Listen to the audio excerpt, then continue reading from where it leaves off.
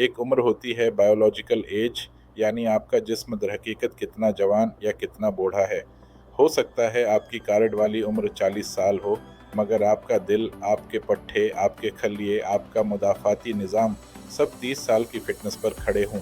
और ये भी हो सकता है कि कार्ड कहे आप 25 के हैं, मगर आपका जिस्म 40 साल की कैफियत झेल रहा हो, क्योंकि नींद पूरी नहीं, खुराक खराब, ज़हनी दबाव बहुत ज़्यादा और हरकत तकरीबन न होने के बराबर। इसी तरह एक साइकोलॉजिकल या मेंटल एज होती है, यानी ज़हनी मैच्योरिटी, सोच का लेवल, फैसलों की गहराई। कोई 18 साल का नौजवान भी इंतहाई बालग, जिम्मेदार और समझदार हो सकता है, और कोई 40 साल का इंसान जज्बात और फैसलों में अभी भी बच्चा हो सकता है। फिर आती है स्पिरिचुअल एज, यानी रूह की बेदारी, अल्लाह से ताल्लुक़, मकसद हयात का शऊर। कोई शख्स बज़ाहिर 60 साल का हो, मगर अभी भी उसका दिल गफलत में डूबा हो, और कोई 20 साल का होकर भी अपने रब से उस कुर्ब में हो कि उसकी पूरी ज़िंदगी का ज़ाविया बदल जाए।